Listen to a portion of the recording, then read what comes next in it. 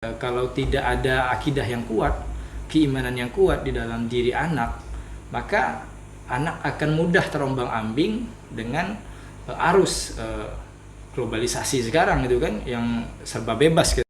Remaja itu tadi untuk memilih gitu, mana yang baik untuk dia, mana yang tidak baik untuk dia. Bismillahirrahmanirrahim. Assalamualaikum warahmatullahi wabarakatuh. Waalaikumsalam warahmatullahi wabarakatuh. Ya teman-teman dari Kopi Channel, alhamdulillah ya kita bertemu kembali di channel ini. Pada kesempatan kali ini kita ada program terbaru namanya Obrol Bareng. Nah, insya Allah obrolan ini kita akan membahas berita-berita yang up to date, berita-berita kekinian yang ada di sekitar kita, insya Allah ya.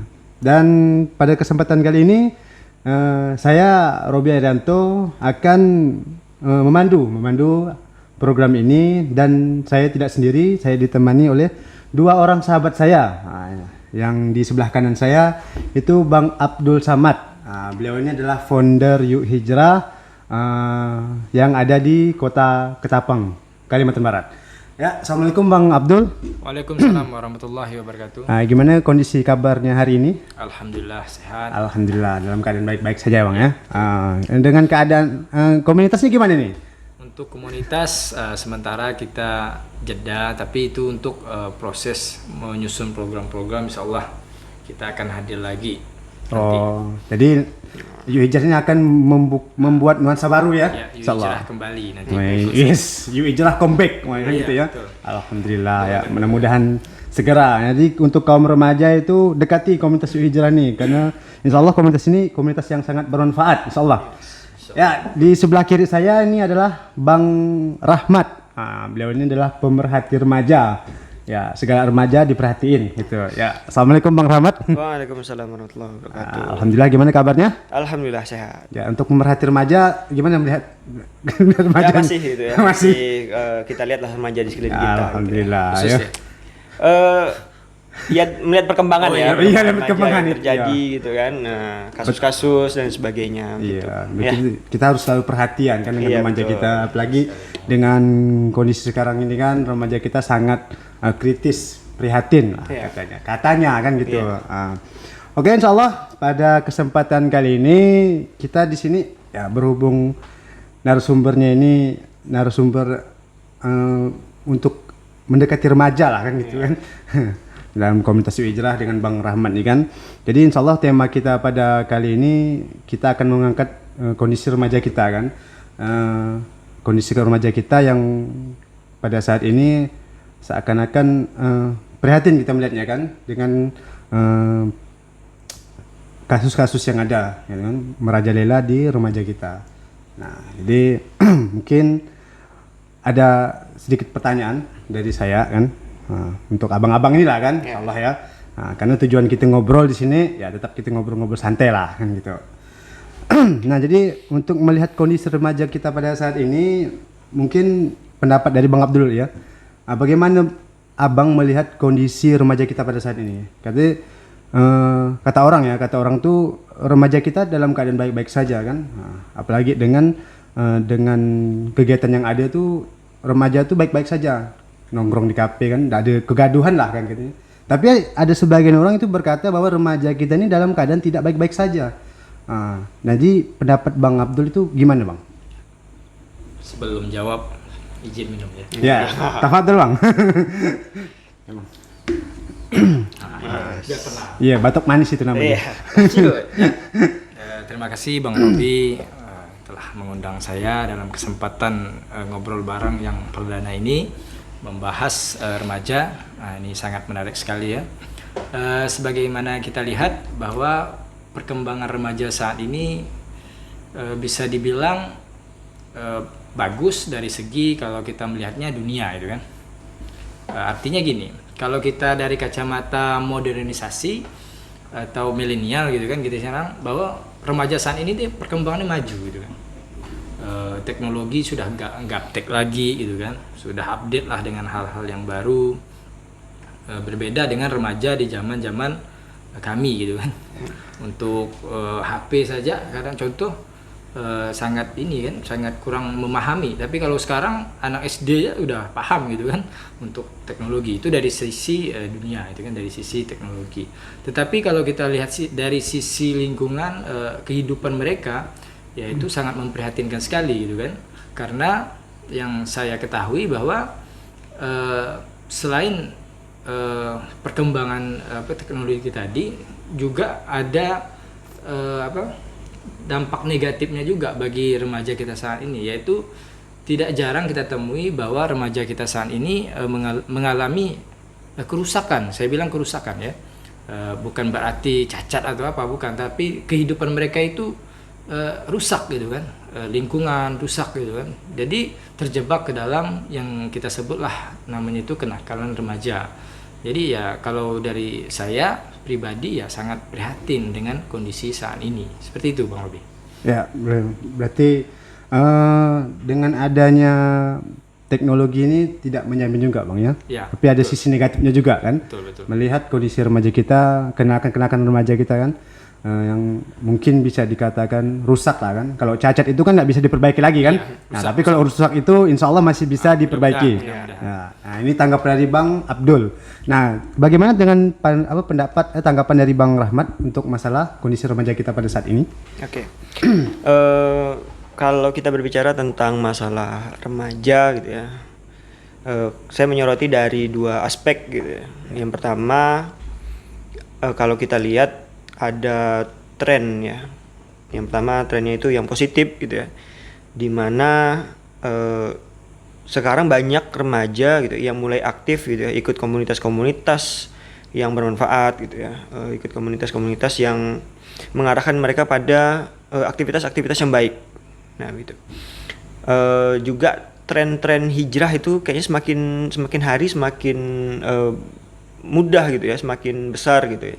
Semakin banyak anak-anak SMA, anak-anak SMP yang mereka itu lebih mudah untuk belajar gitu, untuk belajar agama maksudnya gitu. Dan di komunitas-komunitas gitu, sehingga ada wadah gitu ya. Nah, sehingga tidak membuat mereka itu terjerumus ke hal-hal yang negatif. Itu yang pertama gitu ya, dari sisi perkembangan zaman lah gitu. Ada tren seperti itu. Nah, satunya lagi aspek yang berikutnya adalah tren yang mungkin juga tidak jauh berbeda sebenarnya dengan zaman-zaman dulu, bahkan mungkin lebih parah lagi gitu ya. Tren yang mungkin bisa dibilang negatif gitu ya, dimana menyambung juga tadi ya dengan apa yang disampaikan Bang Abdul, remaja itu semakin mudah untuk melakukan hal-hal yang menyebabkan kenakalan remaja gitu ya kan. Nah misalnya kasus-kasus yang terjadi gitu ya, kalau kita lihat berita gitu ya, ada intermezzo ya. Ya, slow Bang. Nah, beda tegang. Iya, tegang. Bahas remaja ini harus santai. Harus Iya. santai. Nah jadi lanjut ya Bang ya. Ya, lanjut. Oke. Dengan perkembangan teknologi tadi semakin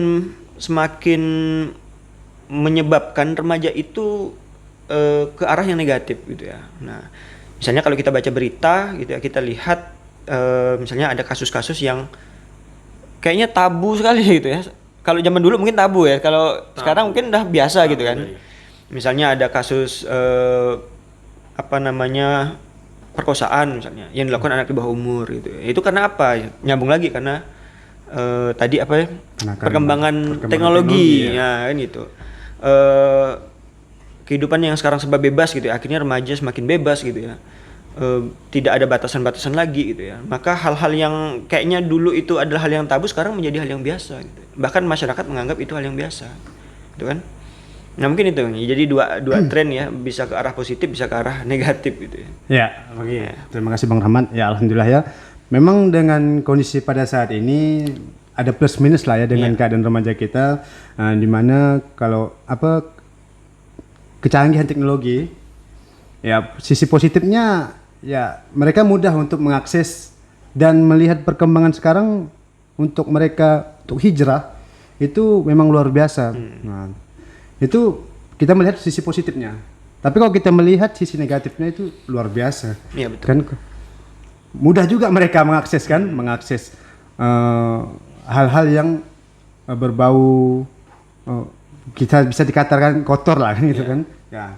Nah, jadi di sini kita akan membahas tentang negatifnya, negatif remaja kan. Apa namanya? Kenakalan remaja. Nah, jadi untuk kenakalan remaja ini kan tentu mereka melakukan ini kan pasti ada sebabnya. Nah, ada faktor. Mungkin ada beberapa faktor yang mempengaruhi mereka sampai mereka melakukan kenakalan seperti itu. Nah, mungkin ini saya ke Bang Abdul dulu ya. Bagaimana? Apa penyebabnya kan? Faktor-faktor apa yang mempengaruhi kaum remaja kita ini mudah sekali untuk melakukan hal-hal yang negatif. Nah, tafadhol Bang. Menurut saya yang saya pribadi alami gitu kan, bahwa kenakalan remaja ya pasti ada faktor-faktor penyebab gitu kan, mengapa sih remaja menjadi nakal gitu kan. Kalau kita lihat faktor ini disebabkan oleh beberapa hal. Yang pertama itu yang paling utama adalah faktor orang tua. Nah, faktor orang tua ini menjadi faktor utama. Kenapa demikian? Karena orang tua ini adalah menjadi tempat pertama, tempat yang aman semestinya bagi anak-anak tersebut untuk bernaung kan. Iya, untuk betul. mendapatkan perlindungan, mendapatkan keamanan, mendapatkan kenyamanan itu seharusnya di keluarga. Tetapi mengapa mereka tidak menjadi nakal, dan kutip gitu ya, menjadi nakal, menjadi tidak baik, ya tentu mereka tidak mendapatkan hal-hal tersebut. Ada bagian-bagian yang tidak mereka dapatkan, yang mereka dapatkan di luar gitu kan. Nah, yang kedua adalah faktor teman. Ini berhubungan juga dengan lingkungan gitu kan. Nah, mereka dapatkan di luar tadi, karena di keluarga tidak dapat, maka mereka mencari di luar dengan teman-teman mereka gitu kan. Nah, faktor teman juga mempengaruhi proses terjadinya kenakalan remaja tadi. Apabila dia mendapatkan teman yang baik, misalnya yang mengajak dia untuk hijrah, ngajak dia untuk ngaji, ya insya Allah dia akan menjadi lebih baik. Tetapi ketika dia berkumpul dengan teman-teman yang tanda kutip misalnya nakal gitu kan, ya, sedikit demi sedikit akan tergerus ya, ikut nakal juga kan gitu. Nah mungkin itu kan dua faktor itu kalau saya soroti. Ya, berarti ada dua faktor Bang ya. Faktor orang tua dan teman. Nah, untuk orang tua memang pengaruh besar untuk orang tua kan. Apalagi anak-anak kan. Jadi orang tua juga kan itu kan informasi awal dari mereka ya kan begitu. Nah, jadi kalau seandainya informasi awalnya sudah kacau, nah, kan rusak. Jadi tetap dia mencari tempat yang bisa dikatakan yang nyaman, yang enak untuk dia berbicara kan. Nah, melakukan sesuatu. Nah, itulah kepada teman. Nah, teman lagi ya syukur-syukur alhamdulillah mendapatkan teman yang taat kan kepada Allah. Nah, mengajak dia untuk hijrah. Tapi kok teman yang hancur? Teman yang hancur ya tetap kalau mengikut alur kan begitu. Nah, jadi dua faktor yang mempengaruhi orang tua dan teman nih Bang. Ini pendapat dari Bang Abdul. Nah, ya, untuk Bang Rahmat itu bagaimana Bang? Faktor-faktor apa yang menyebabkan kaum remaja ini, apakah ada faktor lain? Ada dari orang tua dan teman? Gitu. Oke, mungkin sedikit menambahkan juga ya dengan yang disampaikan Bang Abdul tadi. Kalau faktor orang tua itu kan faktor utama mungkin ya yang dekat sekali dengan anak gitu ya. Nah, yang jadi masalah adalah ketika orang tua itu sibuk dengan pekerjaan. Itu kan sekarang kan dengan isu-isu kesetaraan gender akhirnya membuat posisi laki-laki dengan perempuan sama gitu ya. Perempuan juga ikut bekerja. Nah, sebenarnya kan boleh-boleh saja sebenarnya perempuan ikut bekerja. Nah, tapi yang jadi masalah adalah ketika tidak memiliki waktu untuk anak gitu ya, fokus kerja gitu ya. Maka kadang kita jumpai gitu ya, anak itu yang mungkin lebih kenal dengan pembantunya gitu, atau terbalik ya, pembantunya lebih kenal dengan anaknya gitu kan dibanding orang tuanya kan gitu. Nah, kan pernah ada ya sosial eksperimen yang gitu ya, mewawancarai pembantu dan orang tua gitu ya tentang anaknya gitu. Nah, ternyata yang lebih kenal anaknya itu ya pembantunya gitu. Karena orang tua itu tidak punya waktu untuk anak gitu ya. Pulang malam anak sudah tidur gitu ya. Nah, terlebih lagi ibu gitu ya. Ibu itu adalah sekolah pertama bagi anak ya. Madrasatul Ula gitu ya. Nah, seharusnya memberikan pendidikan yang baik terhadap anak. Nah, jadi kalau terlalu sibuk bekerja akhirnya peran ibu itu yang hilang gitu. Lalu juga ini juga linear dengan apa, pertemanan gitu ya. Nah, ketika di rumah dia tidak punya tempat untuk, tadi kata Bang Abdul, apa ya, memperoleh kenyamanan gitu ya. Akhirnya dia mencari tempat di luar ya, di luar yang membuat dia merasa nyaman. Apalagi kalau kita lihat bahwa remaja itu kan sedang mencari jati diri gitu ya. Iya. Nah, kalau tidak difilter oleh orang tua, oleh keluarga terdekat, lalu siapa yang mau memfilter gitu. Nah, kalau tidak ada filter ya akhirnya malah kacau gitu. Nah, kan yang terjadi misalnya remaja atau anak itu menginginkan apa, ingin tahu tentang sesuatu misalnya. Karena tidak ada informasi, akhirnya dia mencoba gitu ya. Ya kalau yang dicoba yang bagus enggak masalah, kalau coba hal yang buruk kan jadi itu lebih gawat kacau, kan? kan gitu. Nah, akhirnya juga pengaruh teman gitu ya, akhirnya menyebabkan remaja malah menjadi apa namanya, terpengaruh gitu ya. Nah, kalau temannya bagus tadi aman, kalau temannya bermasalah ya ikut bermasalah gitu. Nah, itu kalau dari sisi apa namanya, orang tua dan teman gitu ya. Nah, kalau berbicara lebih jauh lagi, masalah lingkungan juga sama sebenarnya kan gitu. Lingkungan di mana masyarakat kayaknya sekarang kan serba bebas ya, zaman-zaman yang serba bebas gitu kan. Nah, akhirnya ketika melihat kenakalan remaja gitu ya, oleh masyarakat menganggap hal yang biasa gitu. Ada yang mabuk misalnya kan, minuman keras dianggap biasa. Ada yang apa lagi? Banyak ya, pokoknya kasus-kasus pacaran dianggap yang biasa gitu. Biasa, kan? Biasa pulang malam ya, perempuan pulang malam biasa gitu ya. Nah, akhirnya remaja menjadikan itu sebagai suatu pembenaran gitu. Masyarakat juga tidak menyalahkan gitu. Apatis lah. Nah, apatis gitu kan. Akhirnya sudah gitu. Dari satu sisi remajanya juga tadi kelakuannya seperti itu, dari sisi masyarakat juga seperti itu. Nah, itu lingkungan yang lebih umum lah gitu. Kalau teman itu kan udah spesifik tadi gitu. Iya, betul. Nah, mungkin itu lah. Kalau dilihat dari faktor yang dekat gitu ya. Berarti ada 3 faktor Bang ya? Iya. Ada dari orang tua, teman, dan lingkungan. Nah, untuk lingkungan, berbicara tadi lingkungan kan, memang sih untuk sekarang ini kita berbicara pacaran dulu kan. Kalau saya pernah dengar cerita abang saya dulu, anak perempuan itu kalau diantar malam-malam itu nanti apa, pas di misalnya diantar di lewat gang. Nah, nanti di ini sama ada teman-teman dalam gang itu ngumpul berhentiin si pengantar. Kenapa nganterin malam-malam? Itu mode lama kan, yang dulu kan? Generasi lama. Orang-orang lama kan, tahun 90-an kan. Tapi ketika di jalan tahun 2000-an ini malah mereka apatis kan, sifatnya udah nggak peduli lagi, udah modern kan katanya. Nah, apakah modern ini bisa dibilangkan bagus atau enggak? Nah, itu nanti kita bahas lah. Nah, untuk sisi orang tua, memang orang tua ini sangat pengaruh besar untuk anak-anak kita, anak-anak ini kan, kaum remaja itu kan. Apalagi orang tua ini kan informasi awal kan.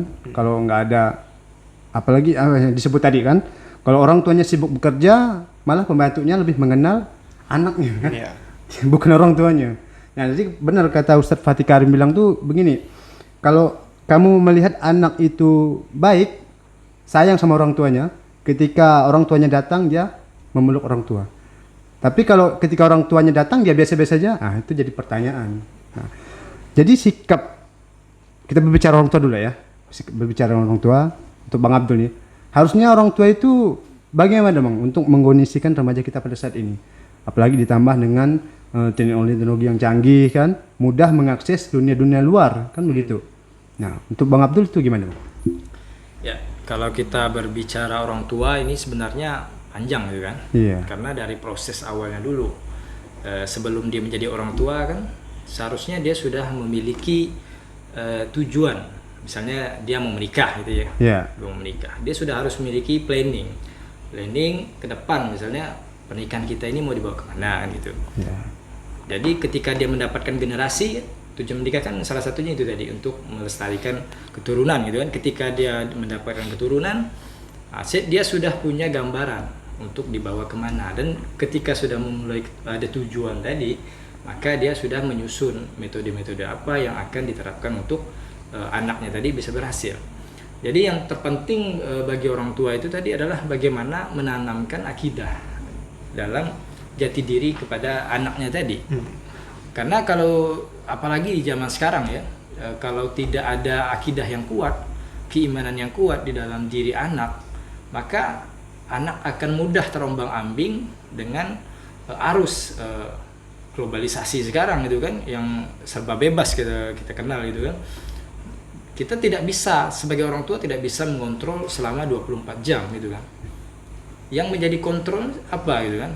Itu pertanyaan bagi kita. Tentunya adalah akidah tadi, keimanan yang tadi yang ditanamkan oleh orang tuanya melalui pendidikan gitu kan. Oh iya. Itu sangat penting yang seharusnya dilakukan orang tua.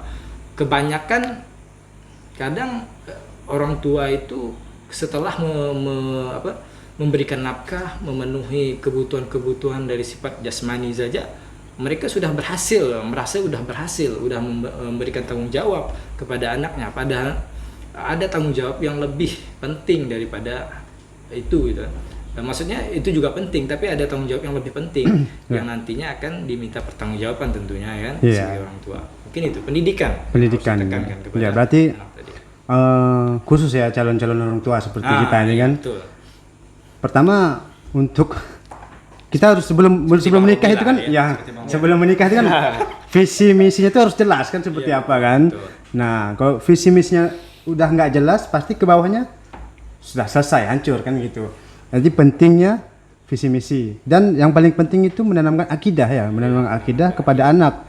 Nah, tanpa akidah mau aturan seperti apa yang kita pakai kan itu. Nah, ini faktor orang tua. Jadi kita berbicara faktor teman lagi. Nah, untuk Bang Rahmat ini kan, untuk Bang Rahmat faktor teman.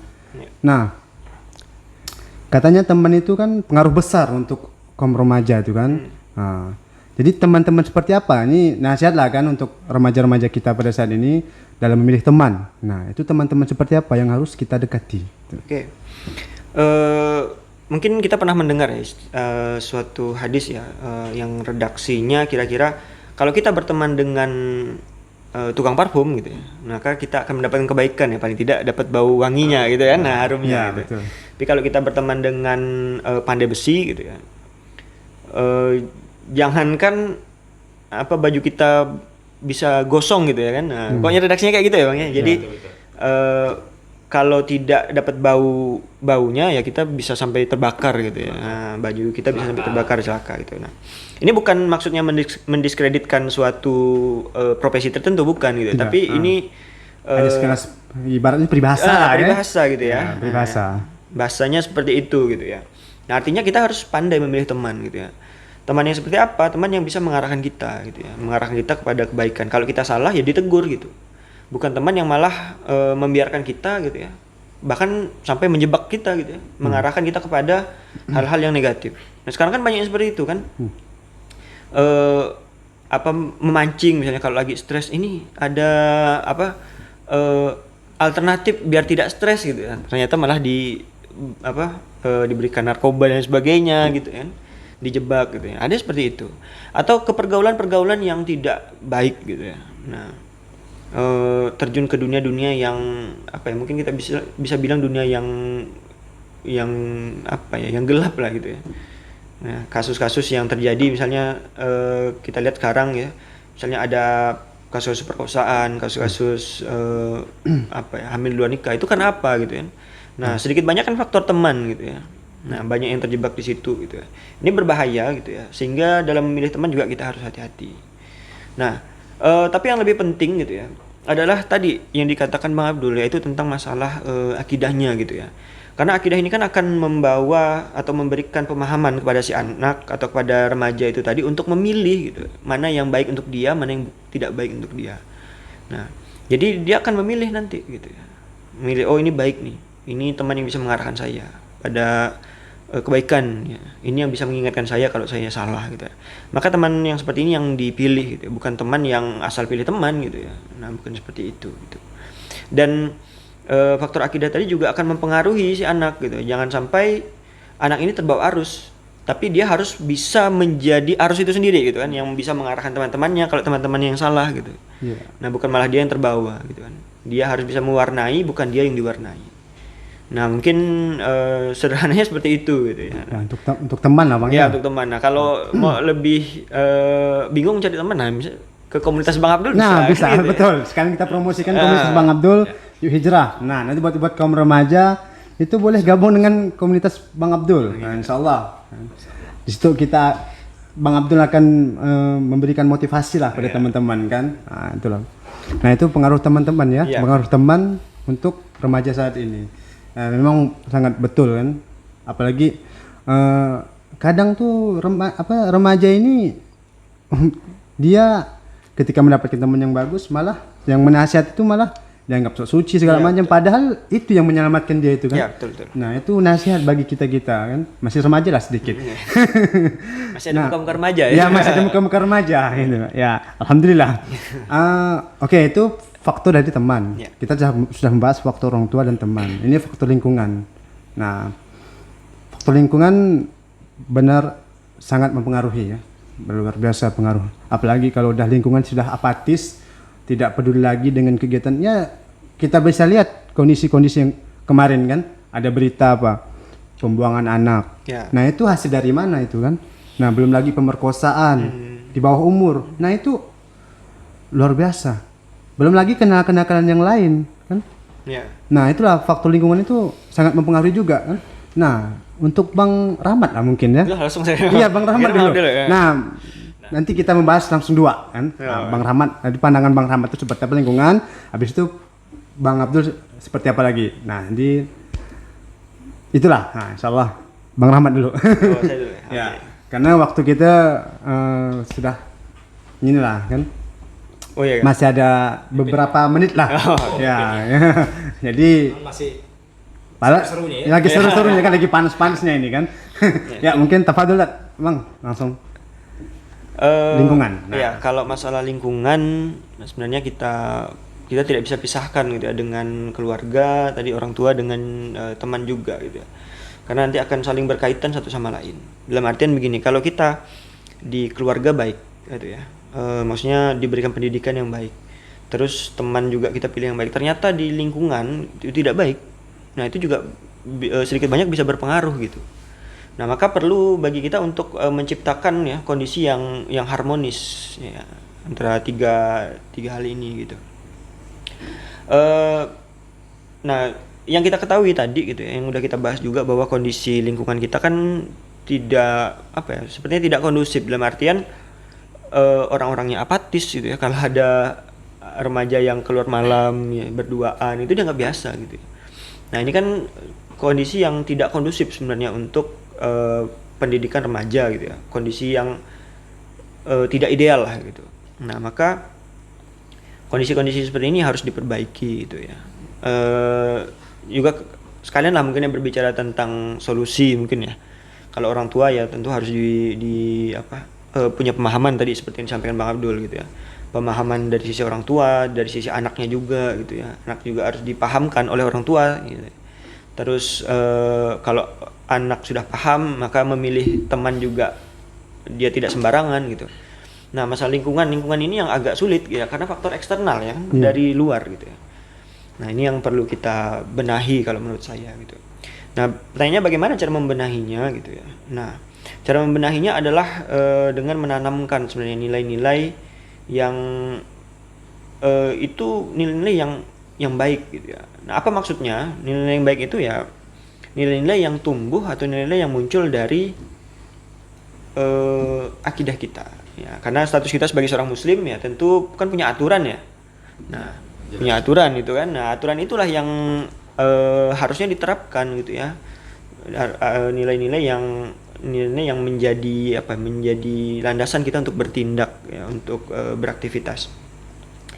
Nah kalau kita coba bandingkan ya kondisi lingkungan kita yang tadi serba bebas dan sebagainya gitu ya, apatis ya, tidak peduli, acuh tak acuh gitu.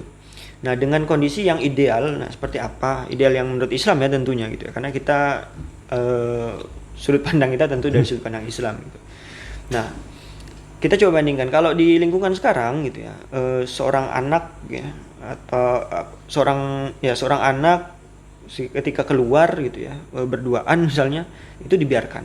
Nah sementara dalam Islam gitu ya, tidak bisa seperti itu gitu. ada aturan-aturan yang harus dipenuhi, aturan-aturan yang harus dipatuhi. Misalnya yang pertama itu tidak boleh berduaan. Nah, sekarang kan kalau berduaan Biasa-biasa saja. biasa saja gitu. Atau nanti kita tunggu sekian bulan kemudian ada berita apa kan Berita gitu. apa. Nah, padahal dalam Islam tidak boleh gitu ya. Laki-laki dan perempuan yang bukan mahram untuk berduaan itu tidak boleh ya. Juga tidak boleh campur baur gitu. Sekarang kan kalau kita lihat remaja putra, remaja putri itu nongkrong di satu tempat Bareng-bareng, ya? bareng-bareng gitu kan. Ya. Nah, Malahan bahkan dalam satu rumah tuh dibilang kumpul kebo kan? nah, bisa seperti itu kan. Nah, padahal dalam Islam itu tidak boleh seperti itu ya. Ada pembatasan. Jadi kehidupan pria dan wanita, laki-laki dan perempuan itu terpisah. Dibolehkan ya dalam kondisi-kondisi tertentu gitu yang memang dibolehkan oleh syariat Islam. Lalu ini perintah untuk menutup aurat kan, untuk perempuan ada menutup aurat ya. Iya. Nah, bagi sebagian orang dianggap menutup aurat itu tidak adil untuk perempuan. Nah, padahal untuk laki-laki juga ada perintah, yaitu menundukkan pandangan. Nah, ini kan sejalan ya. Iya. Yang perempuannya menutup aurat, yang laki-laki menundukkan pandangan. Udah klop gitu. Nah, seharusnya seperti itu kan. Terus juga masalah edukasi gitu ya. Aturan Islam itu nanti akan mengedukasi baik itu individu gitu ya. Dalam hal ini mungkin anak gitu, orang tua ya. Juga lingkungan masyarakat maksudnya gitu. Nah, itu semua diterapkan. Nah, jadi seharusnya nilai-nilai ini kita aplikasikan dalam kehidupan kita gitu ya. Nah, yang terjadi sekarang kan tidak.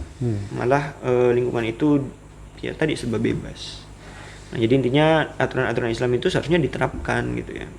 Tidak hanya dijadikan pelajaran-pelajaran di sekolah saja gitu ya. Atau mungkin di sekolah juga tidak dipelajari kan gitu ya. Nah, biasanya artinya kayak gitu. Mungkin itu untuk masalah Lingkungan ya. gitu ya. Ya. Banyak Banyak sebenarnya. banyak ya kalau kita berbicara lingkungan itu Season 2 kan. Ya. mungkin bisa part 2, 3, Iya, 4, 5 bisa. gitu, bisa. Nah, ini kalau ini kan pandangan dari Bang Rahmat. Nah, mungkin ada tambahan dari Bang Abdul untuk masalah lingkungan. Ya, Ya. mungkin sedikit kali ya. Ya, sedikit Sebenarnya sudah panjang lebar juga tadi ya. Sudah detail juga dipaparkan oleh Bang Rahmat. Tapi ya itulah, sebaik apapun keluarga, sebaik apapun teman, tetapi ketika masuk ke lingkungan yang masyarakat yang memang tadi apatis dan sebagainya, itu ya mereka akan terpengaruhi dengan hal-hal seperti itu. Hal ini terjadi ya karena memang ada pergeseran pemikiran, pergeseran budaya. Kalau kita lihat di zaman dahulu, ketika ada orang misalnya melakukan perzinahan, itu menjadi aib sekampung misalnya. Iya, gitu. betul. Artinya ada kontrol masyarakat. Artinya apa? Di situ masih bagus dari segi lingkungannya. Jadi di masyarakat ada kontrol Sosial sosial masyarakatnya. kontrol sosial dari masyarakat. Tapi kalau kita lihat sekarang ini, karena dipengaruhi oleh mungkin sistem-sistem yang semakin berubah saat ini gitu kan, yang kita kenal lah dengan bebas gitu kan, udah mengikuti ke arah-arah ke barat-baratan mungkin, ya itu tadi masyarakat mulai apatis dan acuh. Nah, itu jadi tantangan berat juga bagi para orang tua dan teman yang tentunya tadi memberikan dampak atau pengaruh kepada perkembangan remaja atau generasi kita yang saat ini tentunya sangat rentan sekali untuk mengalami kerusakan atau kenakalan remaja tadi, seperti itu.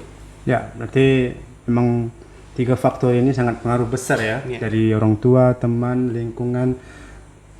Ini adalah memang kalau nggak ada kalau orang tuanya apatis, temannya rusak, lingkungan juga apatis, udah hancurlah Cocok, generasi ya. kita kan, hancurlah generasi kita. Nah, jadi inilah buat teman-teman ya, kaum-kaum remaja ya, dan orang-orang tua dan di lingkungan-lingkungan kita juga, kita harus selalu perhatian kepada remaja-remaja kita kan. Yang rusaknya remaja kita pada saat ini kan bukan juga kemauan mereka, tapi mereka korban. Ya. Korban dari orang tuanya yang nggak peduli, dia mendapatkan temannya yang rusak juga kan, dan lingkungan juga tidak mau ambil pusing melihat gitu kan. Nggak benar kata Bang Abdul, waktu dulu ketika ada hamil dulu nikah itu aib bagi keluarga, itu aib kan. Kalau sekarang malah dibuat ini acara yang besar-besaran ya, kayak pesta kan, luar biasa. Nah, Jadi sangat penting ya. Oke, mungkin inilah ya obrolan kita. Mungkin obrolan kita ini singkat, padat, jelas. Mudah-mudahan buat teman-teman kaum remaja semoga bermanfaat obrolan kita pada Amin. hari ini. Ya, mungkin ada closing statement ya. Closing statement dari Bang Abdul dulu. Mungkin. Ya, mungkin Untuk remaja kita ya. mungkin singkat saja dari saya, kerusakan remaja ini ya tentu tadi sudah kita panjang lebar membahasnya, ada keluarga, lingkungan, tetapi jangan lupa kerusakan remaja ini juga bisa juga jadi andil kita karena kita tidak peduli terhadap remaja kita saat ini. Ya, inilah kita mencoba untuk bagaimana aktif gitu kan untuk peduli terhadap remaja kita saat ini. Mudah-mudahan itu menjadi meminimalisir gitu kan, kita tidak ikut andil dalam untuk kerusakan remaja. Ya, kita harus memperbaiki itu. Mungkin itu. Ya, itu dari Bang Abdul. Nah, mungkin langsung ke Bang Rahmat. Oke, tadi singkat ya. Ya, singkat, jelas, tapi padat. penuh makna. Ya. Penuh makna. Iya. Bahasanya tinggi sekali. Mudah-mudahan kaum remaja itu bisa mengartikan. Iya, kan? Ya, mudah-mudahan. Ya, kalau dari saya seharusnya ada harmonisasi ya antara beberapa faktor tadi gitu ya. Baik itu faktor orang tua, faktor anak ataupun faktor lingkungan. Jadi ketika tiga hal ini berjalan beriringan dan harmonis gitu ya, ideal, maka insya Allah apa yang kita harapkan gitu ya, kenakalan remaja itu bisa hilang. Ya. Nah, betul juga tadi sampaikan Bang Abdul, saya juga setuju gitu ya, bahwa kita itu harus berperan, bukan hanya sekedar berkomentar gitu ya, menyalahkan tidak, tapi kita juga harus ikut andil memberikan pencerahan, ya, memberikan sumbangsih lah gitu ya, edukasi juga kepada remaja terutama ya agar mereka bisa paham.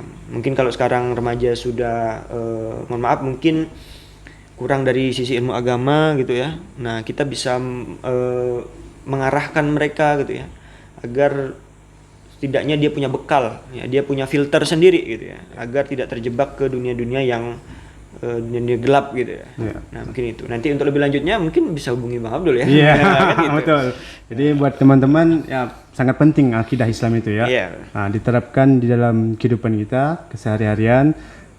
Bukan hanya kita terapkan di dalam ketika kita ibadah di masjid saja kan, ketika kita sholat kita terapkan, tapi dalam kehidupan seharian kita itu kita harus terapkan juga kan, Iya. Islam itu. Nah, jadi buat teman-teman sekalian promosi juga komunitas Bang Abdul. Kali buat teman-teman yang ingin gabung ya sih bisa hubungi Bang Abdul ya. Di mana? Di bawah sini ya? Ya.